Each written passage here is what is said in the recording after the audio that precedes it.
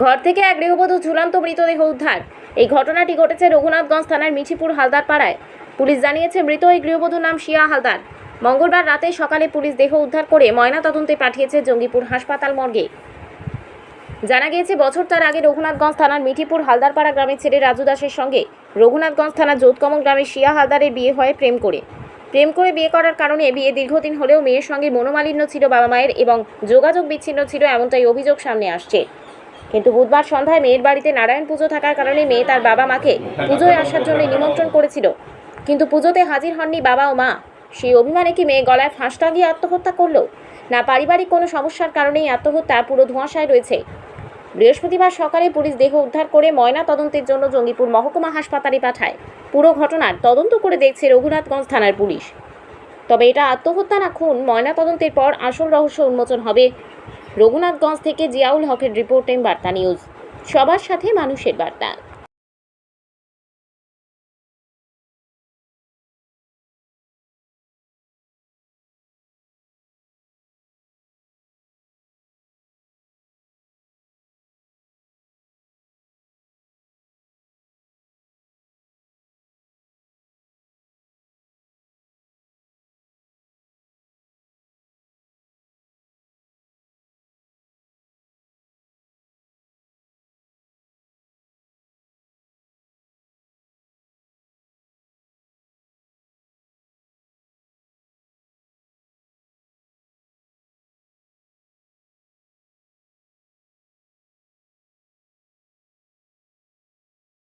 তো গতকালকে এসেছিলাম এখানে, শোনার আগে বলি, কালকে বাড়িতে নাড়ু পূজা ছিল। এই নাড়ু পূজাতে এই পরিবারের সঙ্গে যেহেতু দীর্ঘদিন থেকে একটা সম্পর্ক, সেহেতু কালকে আমাদের ইনভাইট করেছিল। আমরা কিন্তু এখানে 4 জন এসেছিলাম। আসার পরে দেখলাম যে মেয়েটা সিয়া নাম, যে মেয়েটা আজকে মারা গেছে, সেই সিয়া মেয়েটাই কিন্তু আমাদের খাওয়ানো। এবং ওর শাশুড়ি কিন্তু, আমি যেহেতু দীর্ঘদিন থেকে আসিনি, ওর শাশুড়ি কিন্তু আমাকে পরিচয় করে দিল যে এটা হচ্ছে আমার দেওর। এই ছোটোবেলা তো অনেকে এসছে এবং এখানে এসে আমি ওর কান ধরে টেনেছি এবং মেয়েটা কিন্তু হাসি ফুটে ছিল, সব শুনলো। শোনার পরে আমরা যখন চলে যাচ্ছিলাম তখন বললো যে কাকু আবার আসবেন। আমরা সবাই ছিলাম এখানে, একসাথে ছিলাম এবং অনেক লোক ছিল আর কি।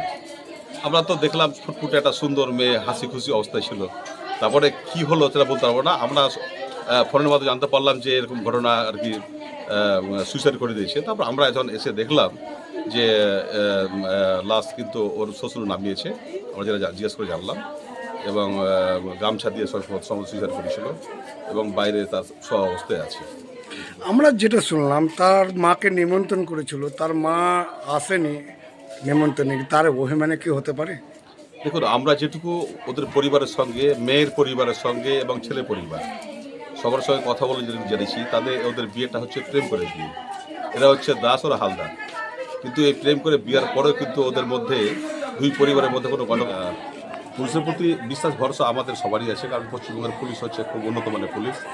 অন্য রাজ্যে যা হয় তা সেটা কিন্তু দীর্ঘদিন ট্রিটমেন্ট তদন্ত করার পরেও কিন্তু প্রকৃত ঘটনাটাকে বার করতে পারে না। কিন্তু আমাদের পশ্চিমবঙ্গ পুলিশ হচ্ছে প্রতি বিশ্বাস ভরসা আছে যে তারা খুব সহজেই মানে উদ্ধারণ করতে পারে যে ঘটনা করে দেখা হলো কে জড়িত। যাই হোক, বিষয়টা হচ্ছে যে এটা মৃত্যুটা খুব নিঃসন্দেহে খুব মানে দুঃখের বিষয়, কষ্টের বিষয়। হ্যাঁ, তো এটা পুলিশ তদন্ত করে দেখছে ঘটনাটা কীভাবে হয়েছে না হয়েছে, পুলিশ তদন্ত করে দেখবে। তো পুলিশই বলতে পারবে যে এটা সুইসাইড না অন্য কিছু।